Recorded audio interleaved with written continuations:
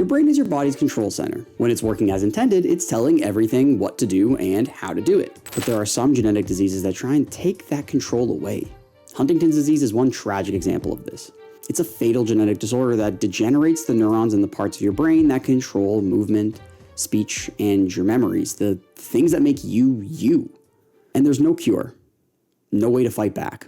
Until now, for the first time, researchers may have successfully treated Huntington's disease. New clinical trial data shows that they could slow the progression of Huntington's disease by 75% with just a single shot. And get this, the thing that's in the shot, the thing that was helping people, was a virus. You know, the thing that's notoriously known for not helping people. Today we'll take a nanoscopic look behind the science of this virus-based technology.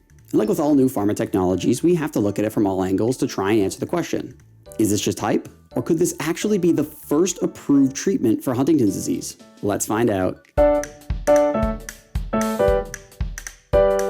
What's up, nerds? If you're new here, welcome. I'm IDC and I make videos breaking down new pharmaceutical technologies that make old drugs work better. If you're not new, welcome back. Get over here, I missed you.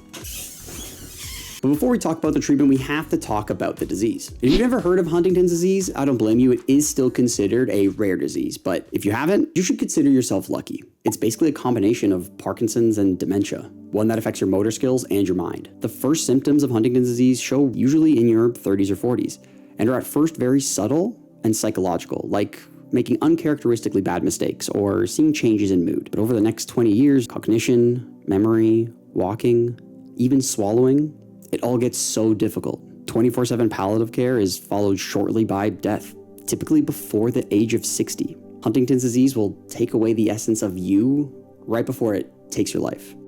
And this isn't a disease you can prevent with some lifestyle changes. It's entirely genetic. And if one parent carries the mutated gene that causes Huntington's disease, their child has to make a terrifying 50-50 coin flip. And since there are no options to target the root cause of the disease, most treatment options just look at minimizing and maintaining these physical and psychological symptoms. Things like physiotherapy and other drugs like antipsychotics and mood stabilizers, each carrying their own risks and side effects.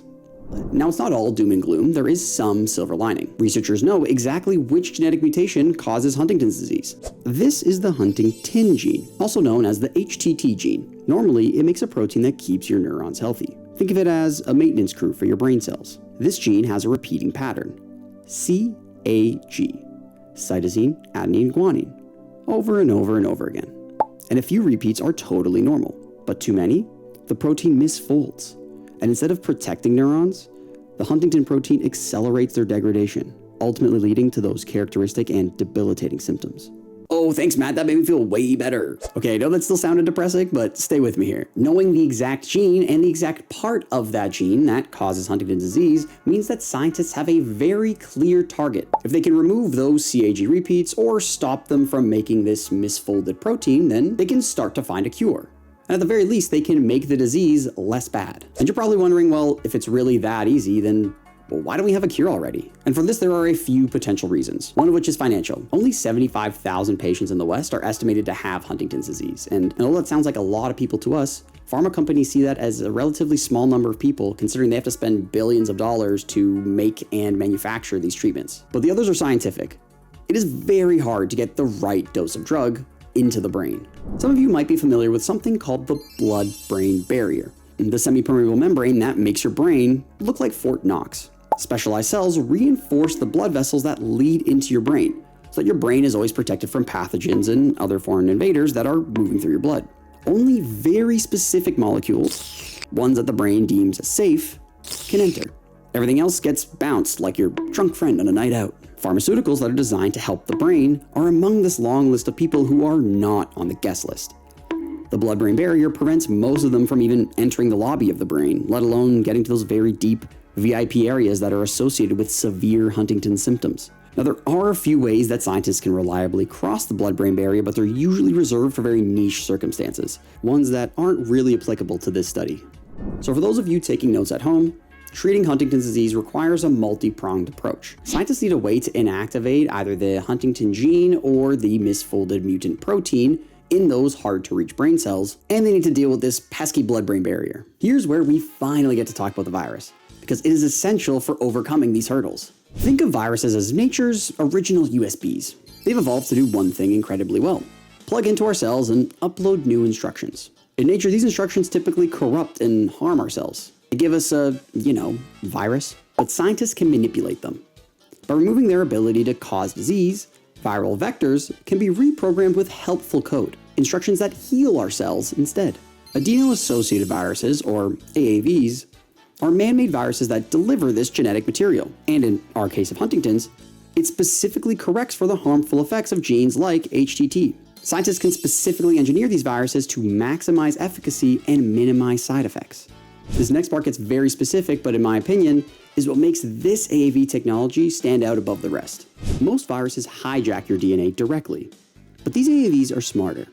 They use a circular piece of DNA called an episome that stays completely separate from your genome. It's safer, cleaner.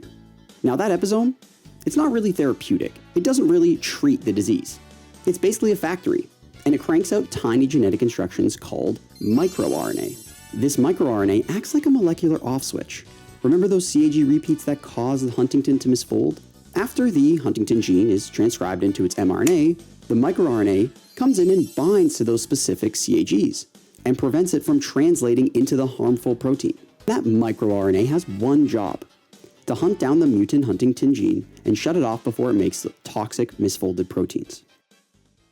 Now here's the catch. This viral cargo has to reach these two deep brain structures, ones that are heavily targeted in patients with Huntington's disease. And viral vectors wave the reddest of flags to the blood-brain barrier, so they're still not getting through that. So neurosurgeons said, screw the blood-brain barrier, let's go direct. They drilled two little holes into the patient's skull and carefully injected the AAV directly into those deep brain structures through a hair-thin catheter that was guided by an MRI. It was an intense 12-hour day in the operating room and required incredible precision. Obviously, brain surgery can be risky for many patients, but ask yourself this: if a one-time brain surgery could provide an effective therapy and extend your life by decades, would you do it? Now, it's easy for me to sit behind my computer and say, well, hell yeah, but in reality, it would depend on how effective that treatment actually is, not just how effective it should be or how cool that delivery technology is on paper. But the preliminary results from this clinical study make me want to say, hell yeah.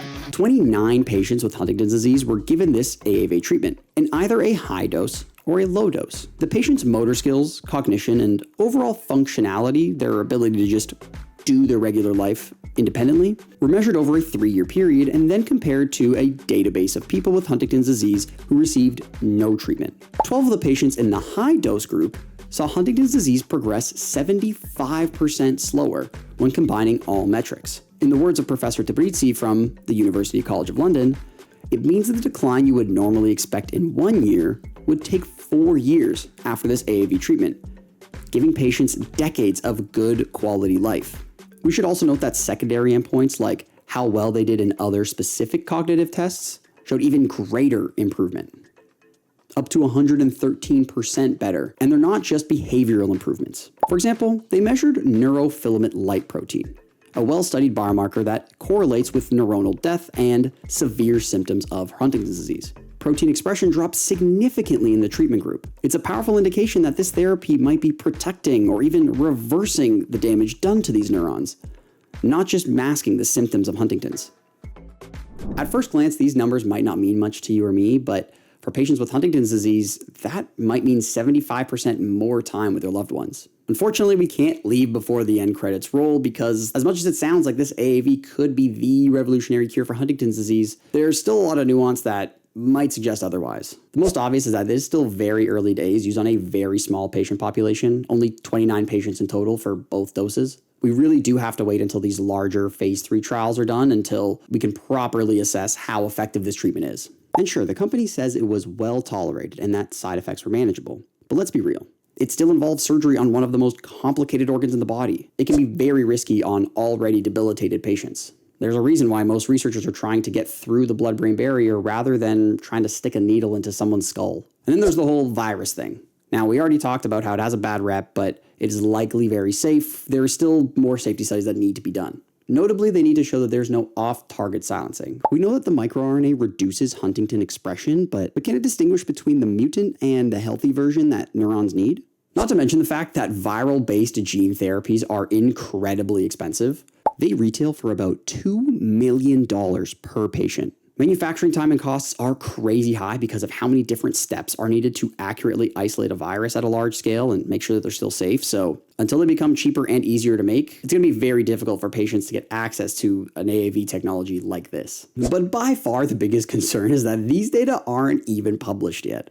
I had to get this info from the press release on the company website. Now, that doesn't mean that they're wrong or lying or anything like that, but we should wait a little bit longer until this study has gone through the full and necessary scrutiny of the scientific community. They are getting their ducks in a row now and are expecting FDA approval sometime in 2026, but we shouldn't be expecting this to be a widely available Huntington's treatment for a while. But be sure to subscribe because when those updates come, I'll be here. But I'd like to end on a positive note and hear from some actual experts. Professor Tabrizi, the director of the University College of London Huntington's Disease Center, described these initial results as spectacular. We never in our wildest dreams would have expected a 75% slowing of clinical progression. Professor Ed Wild, from the same institute, is convinced that this single injection should last a lifetime because of how slowly neurons divide compared to other cells in the body. A one-time treatment is so convenient. He even shed a tear knowing just how much this could positively impact families around the world. And that doesn't even include the neurodegenerative diseases outside of Huntington's that this technology could be used for. And I like the way they think. I like how positive these professors are. Even though this trial was small and the surgery was daunting and the treatment will definitely be super expensive and nature hasn't even got their grumpy hands on it to paywall me yet, we can't forget that every revolutionary treatment started with just a hopeful clinical trial. And I'm hopeful that patients with Huntington's disease will be able to take back control of their brain in no time. But thanks for watching and we'll see you later, nerds.